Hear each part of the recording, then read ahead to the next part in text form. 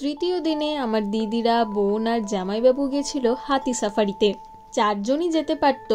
আমার ইচ্ছা ছিল না আমি হাতি সাফারিতে যাব, কারণ এই হাতির পিঠে বসে এতটা ঘোরা সেটা আমার ঠিক মন থেকে সায় দিচ্ছিল না।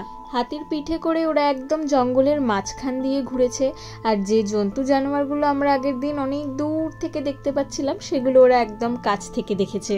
ওই সকালই যেতে হয়েছে, ভোরবেলা 6টার সময় ওরা চলে গিয়েছিল, আর আমি একটা লম্বা ঘুম দিয়েছি।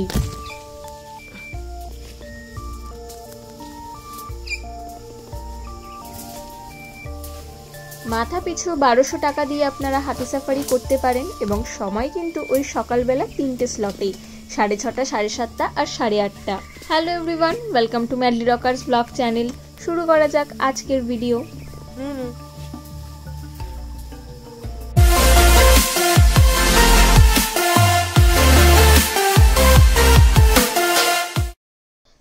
সকাল উঠে আমি অনেক হাঁস দেখতে পেলাম, এবং ব্রেকফাস্ট সেরে 10টা নাগাদ আমরা বেরিয়ে পড়ি আমাদের পরবর্তী গন্তব্যের উদ্দেশ্যে। এই হোটেলটা আজকে ছেড়ে দেব। প্রথমবার এরকম ট্রি হাউসে থাকলাম, বেশ সুন্দর অভিজ্ঞতা।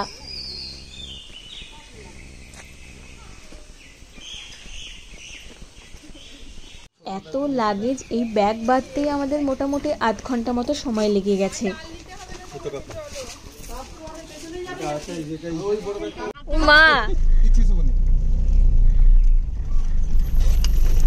এই আমার মোবাইলটা করো ভাই। বুটু আবার আসবি? হ্যাঁ আচ্ছা আচ্ছা। কোথায়? বুটুর জায়গাটা এত সুন্দর লেগেছে, ও বলেছে আবার এখানে আসবে। সাথে এও বলেছে এইবার আসলে নাকি 1 মাস মতো থাকবে এখানে। সেটা শুনে আমরা বলেছি তোর বাবার যদি পয়সা থাকে তাহলে তুই এখানে এসে থাকতেই পারিস, 1 মাস কেন, যত দিন ইচ্ছা। যেদিন আমরা জিপে করে জঙ্গল সাফারিতে যাই, শুনেছিলাম যে তিস্তা নদী নাকি তার গতিপথের আমূল পরিবর্তন ঘটিয়েছে। শুনে বিশ্বাসই হচ্ছিল না যে উনি সত্যি কথা বলছে, কারণ নদী এতটা তার দিক পরিবর্তন করতে পারে সেটা হয়তো না দেখলে বিশ্বাস করা সম্ভব নয়। যেতে যেতে চোখে পড়লো একটা ছাদের ওপর হেলিকপ্টার। এই চা বাগানের সামনে আপাতত আমরা হল্ট করেছি, ছবি তোলার জায়গা। মাঝখানে থেমেছিলাম একটা চা বাগানে, এখানে চা খাওয়া হলো। সবাই ওখানে চা খাবে আর আমরা এখানে ভালো ছবি তুলবো, আর আমরা বোনেরা সবাই ছবি তুলেছি। আর এই রাস্তাটাও খুব সুন্দর, দুপাশে কৃষ্ণচূড়ার গাছ, বেশ ভালো লাগছিল দেখতে। একটু এদিক ওদিক গাড়ি দেখে নিয়ে রাস্তার মাঝখানে দাঁড়িয়েও একটা বেশ সুন্দর ছবি তুলেছি আমি।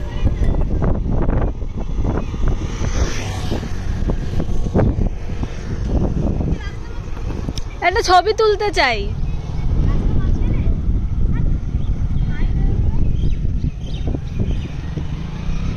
আমাদের আজকের প্রথম গন্তব্য ছিল লাল ঝামেলা বস্তি।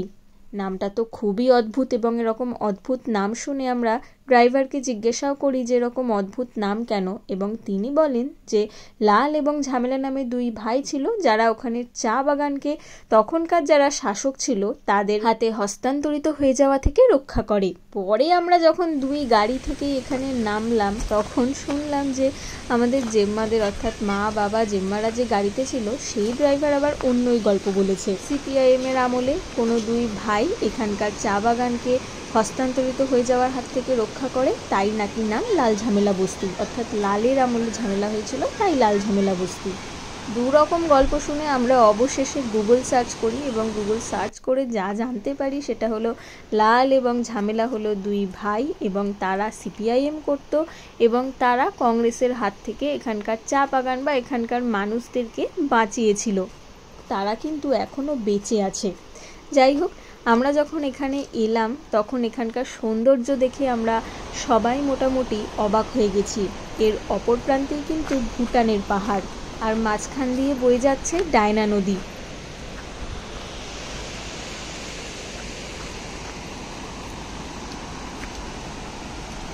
টাটা, ভুটান চলে যাও তোমরা। টাটা। হ্যাঁ, আমাকেও নেবে। হ্যাঁ, আমাকে নিয়ে বসো। হ্যাঁ, পাখা নিয়ে গেলেও যাবে, নাহলে যাবে না, ঠিক আছে? আমাকে পাখা নিয়ে যাবে, তোমাকে পাখা নিয়ে যাবে, তুমি বসো। হ্যাঁ, জলের এত সুন্দর আওয়াজ ছেড়ে যেতে ইচ্ছাই করছে না, কিন্তু স্বাভাবিকভাবেই বড়রা উপর থেকে নিচে নামেনি এবং তারা উপর থেকে এত চিল্লাচ্ছে যে আমরা বাধ্য হলাম আমাদের মন না ভরলেও এখান থেকে চলে যেতে। Bye bye Diana.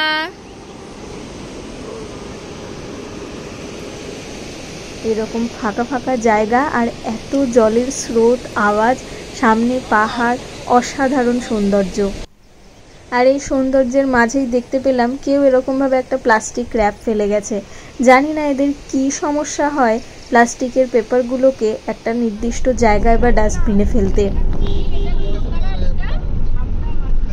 ছাপড়ামারি ফরেস্ট, আর এটা গরুমারা। বাহ, আমরা যে রাস্তাটার মধ্যে দিয়ে চলেছি তার একদিকে হলো ছাপড়ামারি ফরেস্ট আর অন্যদিকে হলো গরুমারা। আজকে আমাদের আর কিছুই দেখার নেই, এখন আমরা এখান থেকে যাব মূর্তিতে এবং সেখানেই আমাদের হোটেল।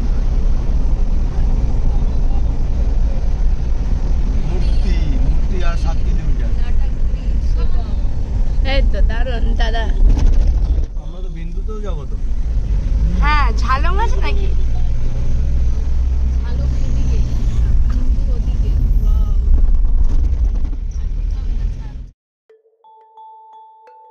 আমরা যে ট্যুর অপারেটরের সাথে যাই উনি আর কিছু ভালো দিক না দিক হোটেলগুলো একদম এ ক্লাস দেয়।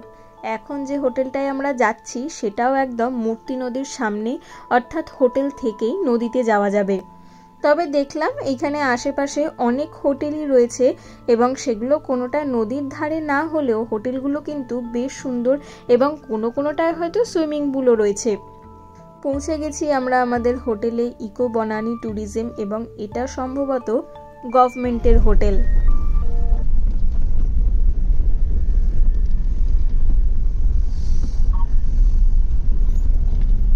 অনেক রকম রুম রয়েছে কিন্তু আমরা 4টে রুম নিয়েছিলাম 3 জন থাকার মতো। যেহেতু এখানে এসে আমাদের লাঞ্চ করতে হতো আর লাঞ্চের একটা নির্দিষ্ট সময় রয়েছে, তাই আমরা খুব বেশি ঘুরতে পারিনি বাইরে। এই রুমটা একটু ছোট, অর্থাৎ এখানে আর একটা এক্সট্রা সিঙ্গেল খাট ধরবে না, তাই জন্য এই রুমটা বাবা আর জ্যোতিদা নিয়েছে। প্রত্যেকটা ঘরই বেশ পরিষ্কার পরিচ্ছন্ন। উপরেও কিছু ঘর রয়েছে কিন্তু আমাদের সবকটা ঘরই হলো নিচে, ঢুকেই একটা, এবং এটা হচ্ছে ডাইনিং স্পেস। এই ডাইনিং স্পেসের চারদিক থেকে 3-4টে রুম রয়েছে, সেইগুলোই আমাদের।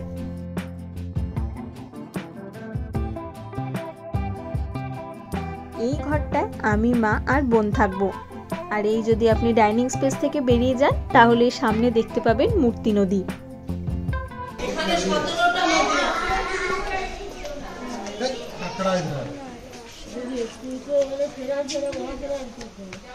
নদী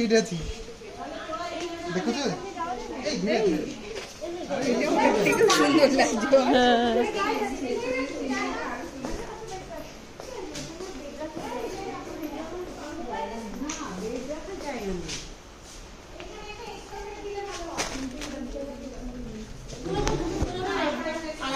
সবারই প্রচণ্ড খিদে পেয়েছিল, তাই এসেই আমরা আগে হামলে পড়েছি খাবারের ওপর, এবং রান্না বেশ ভালো ছিল।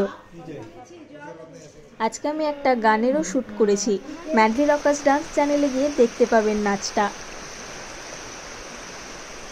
শুধু ঘর নয়, যারা যারা টেন্টে থাকতে চান তাদের জন্য টেন্টের ব্যবস্থাও রয়েছে, এবং টেন্টগুলো সম্ভবত মাথা পিছু 800 টাকা করে ছিল ভাড়া।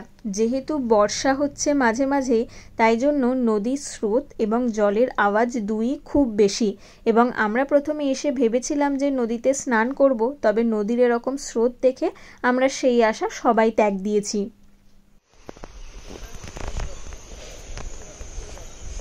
এভাবেই নদীর ধার ধরে হেঁটে চলে যাওয়া যাবে একদম রাস্তার ওপরে। তবে এই অংশটা পুরোপুরি হোটেলের অন্তর্গত নয়, অর্থাৎ বাইরে থেকে লোক এসেও এখানে দিব্যি বসতে পারে।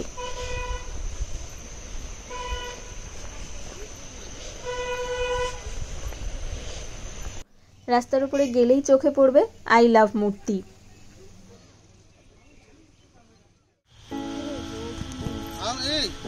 পেরেছি। সন্ধ্যেবেলায় সবাই পার্কে ছিলাম এবং এই স্পাইরালটা কতজন চড়েছেন বলুন তো ছোটবেলায়? আমি অনেক দিন পর বেশ চড়লাম, মজা লাগলো। সন্ধে হতেই এই আলো আঁধারি পরিবেশটা দেখে মনে হচ্ছে যেন ভূতের বাংলোয় চলে এসেছি। ম্যাপে দেখছিলাম কোথায় কোন জঙ্গল রয়েছে এবং আমরা কোথায় রয়েছি। আমরা যে হোটেলটা রয়েছি, হোটেলটা প্রায় 50 বছরের পুরনো, অর্থাৎ সম্ভবত এই জায়গার সবথেকে পুরনো হোটেল এইটাই। হোটেলে ঢোকার মুখেই রয়েছে একটা সুন্দর গার্ডেন। এখানে রয়েছে বেশ কিছু ফুল গাছ এবং জায়গাটা বেশ সুন্দর করে সাজানো। আগের যে হোটেলটায় ছিলাম সেখানে যেমন বেরোনোর মতন কিছুই ছিল না, রাত হয়ে গেলেই ঘরের মধ্যেই যা করার। কিন্তু এখানে সেরকম নয়, রাস্তা রয়েছে এবং রাস্তার চারপাশে রয়েছে অসংখ্য হোটেল। হাঁটতে হাঁটতে সেই হোটেলগুলো দেখতে দেখতেও আপনার সময় কেটে যাবে। 2-4টে দোকানও রয়েছে এখানে, অর্থাৎ আপনি যদি হোটেলে খেতে না চান তাহলে পরে বাইরে এসেও কিন্তু খেতে পারেন। খুব একটা ভালো হোটেল নয় অবশ্যই, তবে ওই খাওয়ার মতন। আমরা বাইরে এসে আইসক্রিম, কোল্ড ড্রিঙ্কস এইসব খেলাম এবং যাওয়ার সময় এই সুন্দর হোটেলটা চোখে পড়লো। অন্ধকারে খুব একটা কিছু বোঝা না গেলেও এমন যেন মনে হচ্ছিল কোনো একটা দুর্গর সামনে চলে এসেছি।